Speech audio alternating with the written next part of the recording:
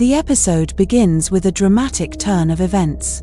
Fatima has killed an elderly woman named Tilly.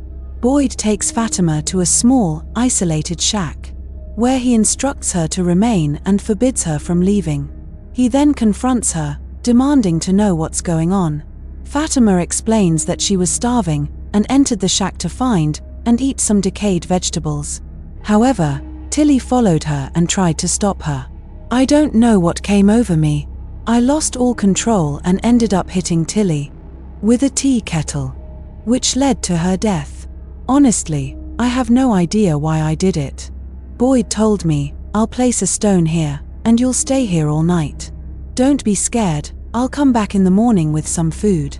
But Fatima refused, saying, 'I don't want to eat this.' Boyd tried to comfort her, saying, 'Everything will get better slowly.' Then he said, 'I'll leave now to calm everyone down and try to fix things.' After that, Boyd left. Elsewhere, Jim, Tabitha, Ethan, and Jade are seen coming out of the forest and heading home. Jade goes to his house and considers having a drink, but he senses someone else is there. When he checks, he finds it's Henry. Jade asks him, "What are you doing?" Henry asks for a drink, and Jade hands him a bottle. When Henry invites Jade to join, Jade refuses, saying he doesn't want to drink with him. Meanwhile, it becomes known that Tilly died in the shack, and Elgin accidentally takes a picture that suggests he might need to act on its content. Julie approaches Randall and thanks him for rescuing her from the forest. She suggests they return to the place they visited earlier because of the strange feeling they shared. However, Randall refuses, saying there is nothing there that can help them and that they should avoid it.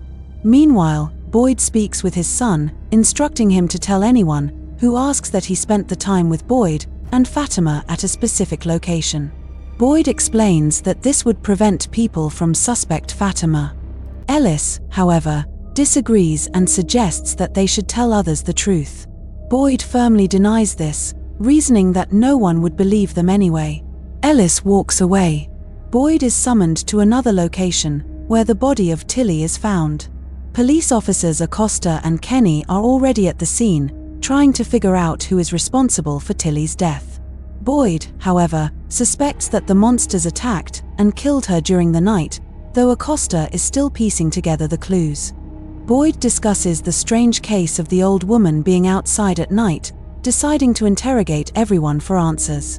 Acosta asks if they'll work together now, and Boyd agrees. After Acosta and Kenny leave, Donna uncovers the body and insists Sarah is the culprit because of her past crime.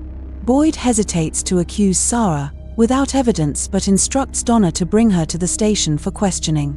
Elsewhere, Victor sits near a doll Jasper, while Sarah mimics it.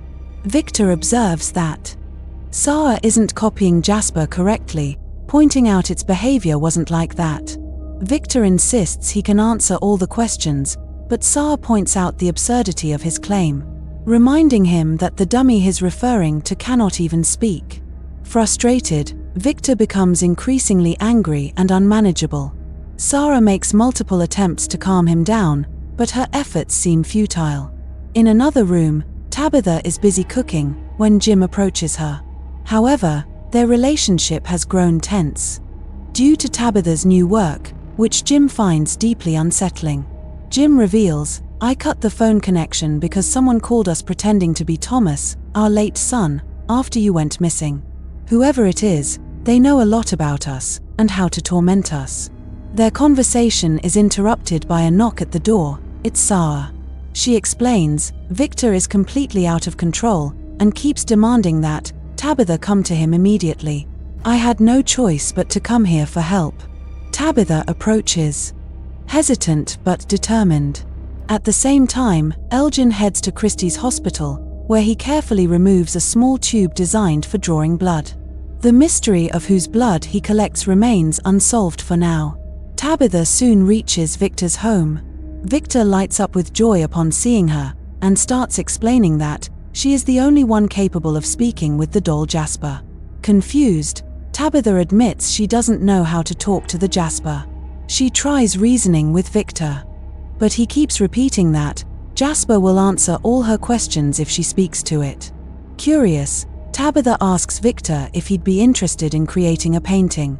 Victor hesitates, confessing that he's never painted before. She gently reassures him, helps him settle into a chair. She presses further, asking Victor to tell her everything about Jasper. Victor pauses and then quietly begins to explain. Jasper spoke first. His owner, Christopher, had the ability to communicate in surprising ways. They believe that if Christopher could speak to Jasper, he could certainly communicate with them too. Julie, returning to her home, meets her father, who is preparing to leave. Jim tells her, "I'll be back in a little while, but until then, take care of your younger brother, who is upstairs." Concerned, Julie goes upstairs and finds Ethan looking a bit sad. To comfort him, she says, "I can take you to a wonderful place I know." Meanwhile, Henry sits with Jade, sipping a drink. Henry remarks that his wife had a vision about this exact place. Jade nods and replies, "Yes, I've heard about that." Jim arrives and immediately gets angry with Jade. He accuses him of trying to influence his wife's thoughts and filling her mind with unwanted ideas. Jade calmly responds, "I'm not doing anything like that. She's not a child anymore, she can think for herself. I'm only here to help everyone and find a way to get us all out of this place." Despite Jade's explanation, Jim refuses to believe him and insists, "Stay away from my wife and family." Jade angrily says, "Your wife didn't come because of me, she came on her own. I don't want to talk to you anymore." With that, he leaves the scene. At the place where Fatima is being held, Ellis arrives. He immediately hugs her.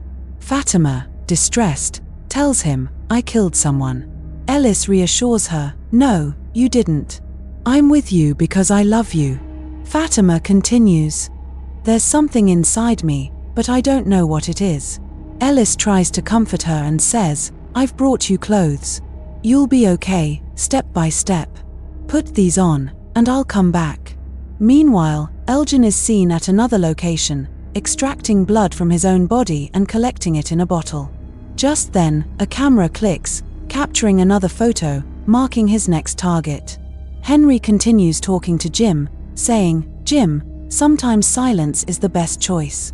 Let life unfold instead of trying to control everything. When I look at you, I can't help but see myself. I used to do the same with my wife, always trying to stop her. I understand that your actions come from a place of love for your family. But if I'm honest, you're acting out of fear. That fear is making you do this for yourself, not for them." Jim quietly listens, then sits beside Henry and shares, "My dad was an alcoholic, but I never drank. The night my daughter was born, I was at the hospital, but afterward, I went to a bar and drank more than I ever thought I could. That night, I swore to myself that I would be the best father I could be for my kids." Henry pours Jim a drink and hands it to him, saying, "Then tonight, drink with me." Elsewhere, we see Julie and Ethan arriving at the same spot where Julie had once been with Randall. Julie says to Ethan, "I need to tell you something, but promise me you won't share it with anyone. I always hear voices in my ears. But since I've been here, those voices have stopped completely. It feels like this entire place is silent. But I'm confused. Does this silence mean something good for me or something bad? I don't know if I should go further inside or not, and that's why I brought you with me. Please tell me, should I go in or not?" Ethan responds calmly, "Follow what your heart says. If you feel like going inside, then go." Julie takes Ethan with her and steps into the strange place. But the moment she enters, she finds herself somewhere completely different. She hears loud screams ringing in her ears and sees Randall and Muriel tied up and yelling for help. This frightens Julie. However, in reality, she's lying unconscious at the original spot, with Ethan trying to wake her.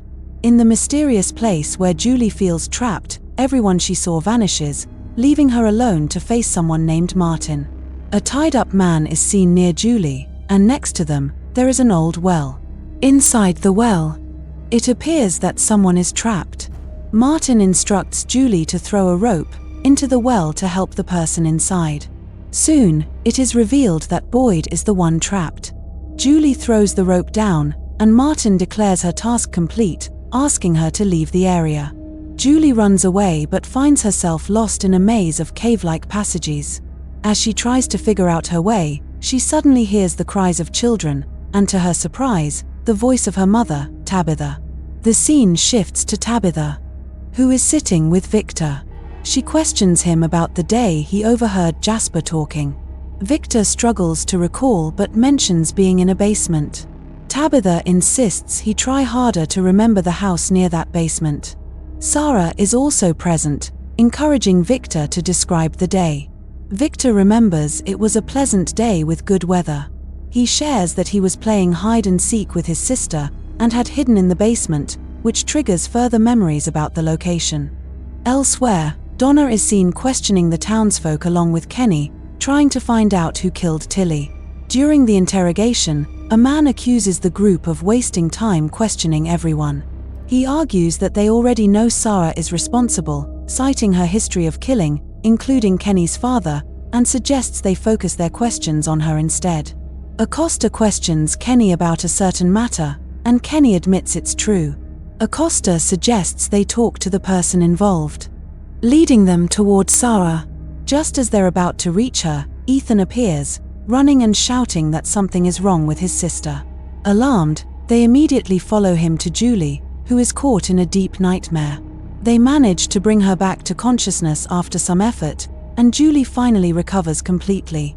We see Boyd and his son Ellis in a heated argument. Ellis insists on staying with Fatima, but Boyd strongly opposes it, claiming her behavior has become strange and dangerous. While they argue, Donna arrives and demands to know what's going on. Boyd avoids answering her directly, but Donna suggests interrogating everyone about Tilly's murder.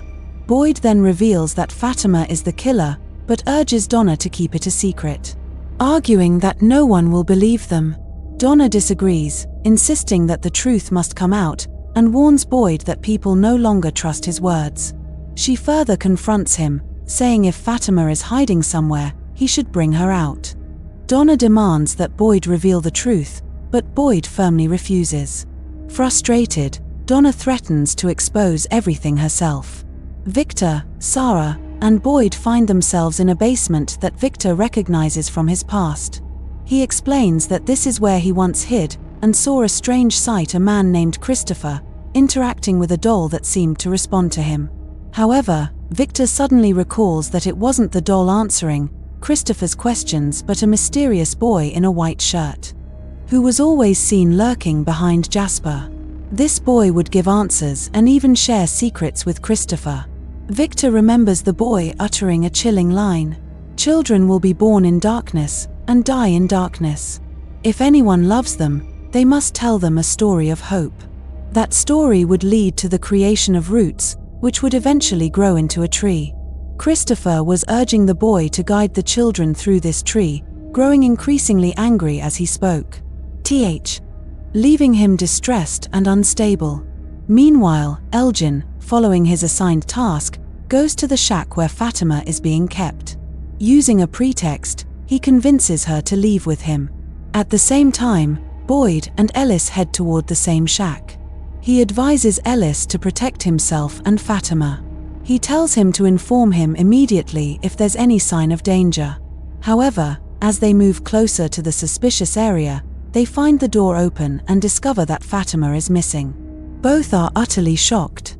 Meanwhile, we see Elgin has taken Fatima to a location with a basement he's been to before. He tells her that Ellis is waiting for her inside. Fatima enters, but soon realizes Ellis is not there. She tells Elgin she wants to leave, but she suddenly experiences stomach pain. Elgin reveals to her that she's carrying a baby, and it's not just hers. He also claims the baby doesn't want her to leave. Despite this, Fatima tries to escape. However, Elgin stops her and forcefully drags her back into the room. The episode ends on a suspenseful note. Don't forget to subscribe to our channel. Thank you for watching.